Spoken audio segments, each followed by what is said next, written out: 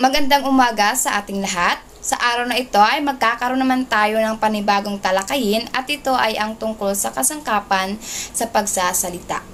Pero bago ang lahat, nais ko munang ipakilala ang aking pangalan. Ako nga po pala si Binibini Jolimar Vicente, ang inyong tagapag-ulat sa araw na ito. Bago ko simulan ang aking paksa, ay nais ko munang basahin ang tatlong layunin natin para sa ating pag-uulat sa araw na ito. Nalilinang ng maayos ang mga kasangkapan sa pagsasalita. Pangalawa, nabibigyang linaw ang kahalagahan ng mga kasangkapan sa pagsasalita. Pangatlo, ang panghuling layunin, nakapag-uulat sa iba't ibang kasangkapan sa pagsasalita.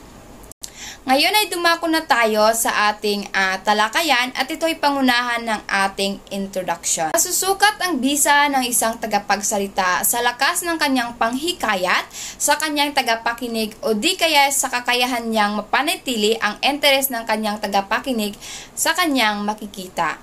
Makikita ito sa reaksyon ng kanyang tagapakinig sa kanya. Paano makukuha ng isang nagsasalita ang inaisahang reaksyon ng kanyang tagapakinig? Siyempre, sa pamamagitan ng mabisang paggamit ng kanyang kasangkapan sa pagsasalita. Kaya, base sa aking pananaliksik, ang pagsasalita ay may 5 kasangkapan na kung saan ating isa-isahin ang mga ito sa pamamagitan ng pagpapaliwanag. Ang kasangkapan, ito ay tungkol sa ating tinig. Pag sinabing tinig, ito ay pinakamahalagang puhunan ng isang nagsasalita. Sa maraming pagkakataon, kinakailangan ang tinig ay maging mapanghikayat or nakakaakit pakinggan. May mga sitwasyon na nangangailangan ng malakas na tinig, ngunit may ilan na mahinang tinig lamang. Ano't anuman ang lakas ng tinig na gagamitin, kailangang maging angkop iyon sa partikular na sitwasyon at damdaming nais na ipahiwatig ng isang nagsasalita. Ibat ng tinig ay ang himig. Kaya bilang isang tagapagsalita, kinakailangan ang ating mga tinig na bibigkasin sa ating mga tagapakinig, ito ay mapanghikayat sa kanila at nakakaakit pakinggan para sa ganon ay mawiwili sila at magkakaroon sila ng interes sa iyong mga sinasabi. Halimbawa nito ay isa tayong mga awit. Diba sa ating pagkanta, dapat naganda yung ating mga tinig o para yung mga tagapakinig ay handa kang pakinggan. Gaya rin nito, halimbawa, pag nasa loob tayo ng classroom, bilang isang guro ay kinakailangan ang ating tinig ay mapanghikayat at sa ganon ang ating mga mag-aaral ay hindi maboring at pakikinggan ka ng mabuti sa iyong mga discussion or mga pag-uulat sa loob ng paaralan. Kaya yun ang ating unang kasangkapan kung saan ito ay tumutukoy sa tinig. Pangalawa ay bigkas. Napakalaga na maging wasto ang bigkas ng nagsasalita. Kailangan maging mataas at malinaw ang pagbigkas niya sa mga salita.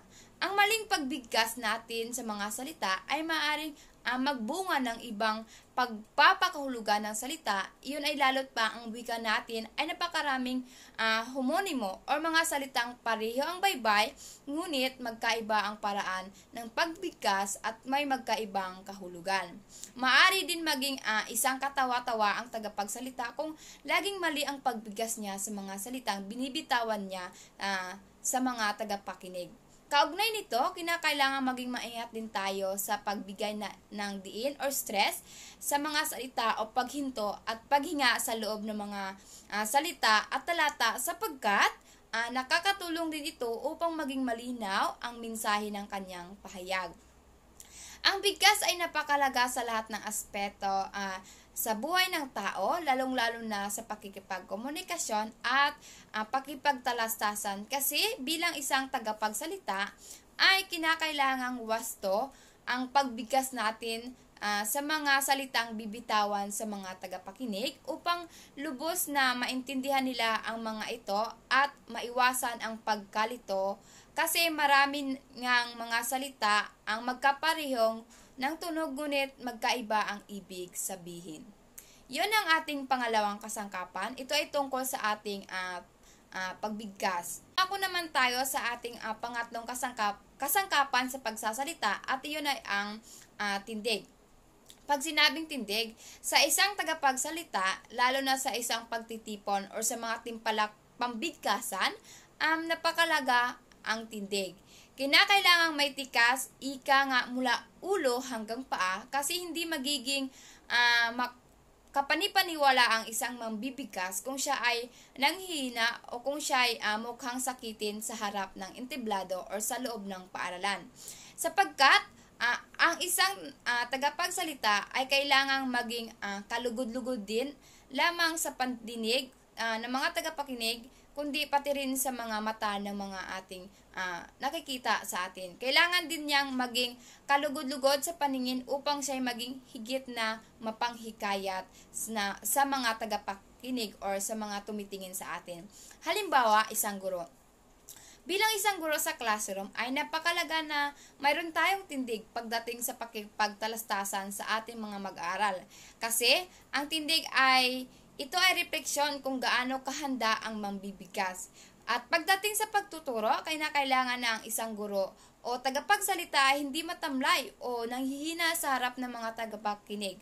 Kasi mawawalan na sila ng gana o di kaya interes na pakinggan ka sa iyong mga iminumungkahi. Higit sa lahat, bilang isang tagapagsalita, nabanggit ko na kanina na kinakailangan din na formal tayong tingnan o higit na mapanghikayat sa mga mata ng tagapakinig. Yun ang ating pangatlong kasangkapan.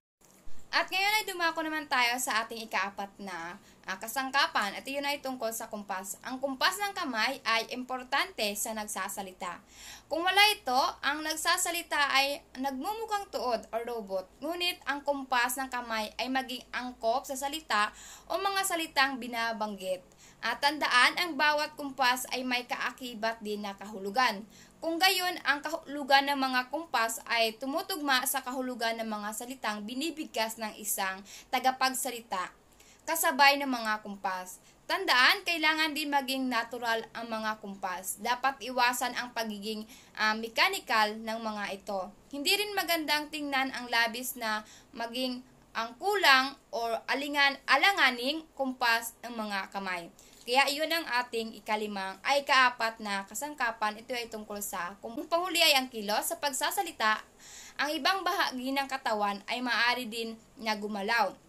Ang mga mata, balikat, paa at ulo, ang pagkilos ng mga ito ay maaaring makatulong o makasira sa isang nagsasalita. Halimbawa, ang labis na paggagalaw ng mga mata o kawalan ng pauunan ng paningin sa kausap o madlang o tagapakinig ay malamang na magsisilbing distraction sa halip na pantulong sa isang tagapagsalita. Samantala, ang mabisang pagpapanatili ng ugnayan sa tagapakinig sa pamamagitan ng paunan ay paningin ay maaaring makatulong sa kanya. Ang labis ng paggalaw ng ulo, lalo na ang hindi angkop sa pagtango at pag-iling ay maaaring makapagpalabo ng mensaheng ipapahatid ng isang nagsasalita.